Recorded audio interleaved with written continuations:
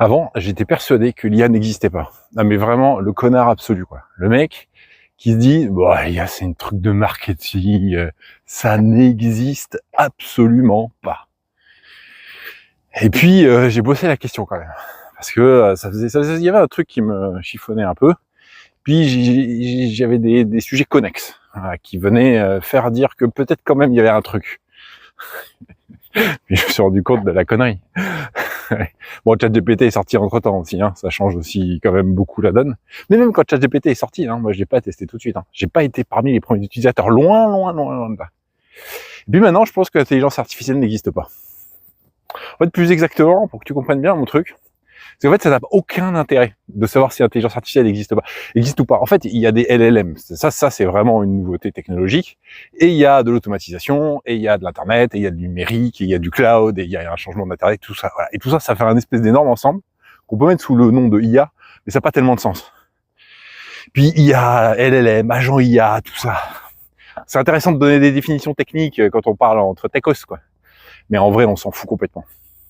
Parce que ce qui compte, c'est ce qui est en train de se passer en termes d'économie. Et en termes d'économie, ce qui est en train de se passer, pour moi, c'est résumé en une phrase. Des machines commencent à savoir faire des choses qu'on pensait qu'elles ne sauraient jamais faire. Bon.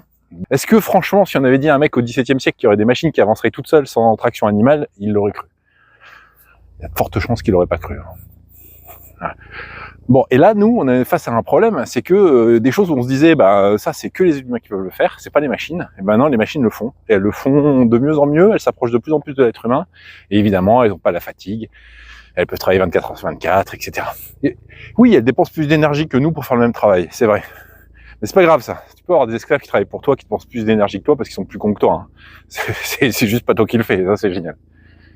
Et ça, il faut vraiment prendre en compte ce que ça veut dire. Et ça, c'est des choses qui sont liées à l'apparition des LLM, mais c'est aussi lié à l'apparition des outils d'automatisation, au fait que le code se fasse de manière beaucoup plus simple, on peut produire du code de manière beaucoup plus facile qu'avant, au fait qu'il y a de plus en plus de gens qui ont accès à ça aussi, etc.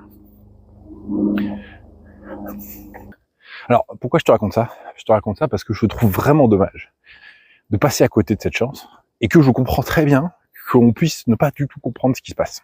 Et ne pas saisir, et qu'il y a un bruit environnant de gens qui se chargent de nous faire peur, parce que avec la peur sur l'intelligence artificielle, ils vendent très bien, ils se font des fortunes sur la peur de l'IA.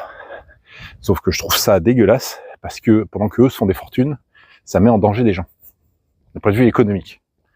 Alors que l'intelligence artificielle, tout ce qui va autour, l'automatisation, ce sont des choses qui nous donnent des possibilités qu'on n'avait pas avant, et pas forcément des possibilités de faire plus d'argent. Ça, c'est évidemment, sur le réseau, on va montrer, il a fait fortune avec l'IA, il a fait fortune avec le numérique, etc. Mais simplement de pouvoir vivre comme on a envie de vivre.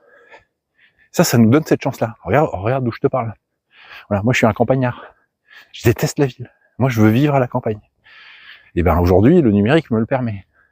Dans les années 2000, début des années 2000, c'était pas possible. Vous pouvez pas imaginer ça. Voilà. Même début 2010, c'était possible, mais moi, je savais pas. Donc, moi, j'ai envie de partager ça et de faire découvrir ça à des gens. Et je suis persuadé que plus on sera nombreux à investir ce domaine, et mieux ça se passera pour tous. Donc, si ça t'intéresse, il y a un lien dans la description pour prendre un rendez-vous avec moi. C'est gratuit. Tu sais où ça se trouve.